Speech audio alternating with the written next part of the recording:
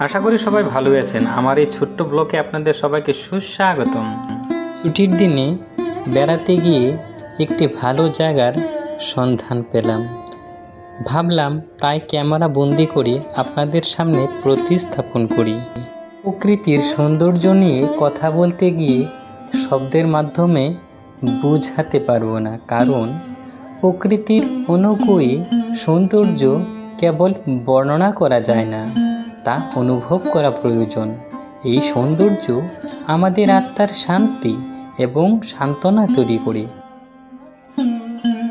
প্রকৃতির এই সৌন্দর্য অদ্ভুত সৃষ্টির একটি অমূল্য উপহার।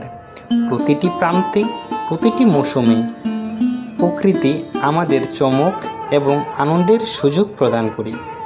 সকালে সূর্যোদয়ের সাথে আকাশে প্রস্তুত স্থাপিত চাঁদের মধুর সঙ্গীত, বিকেলে শখের বীর্যমান বায়ু, সূর্যাস্তে আদর্শ রঙিন আকাশ, সবই প্রকৃতির সৌন্দর্যের সূচনা। বৃক্ষগুলির বাহারে প্রচুর প্রসূতি দেখা যায়, যা নিয়মিত পরিপূর্ণভাবে বদলে যায় প্রান্তিক রঙে। প্রাকৃতিক জলের গতি এবং শব্দ অনন্ত মোহনীয় এবং শান্তির সৃষ্টি করে।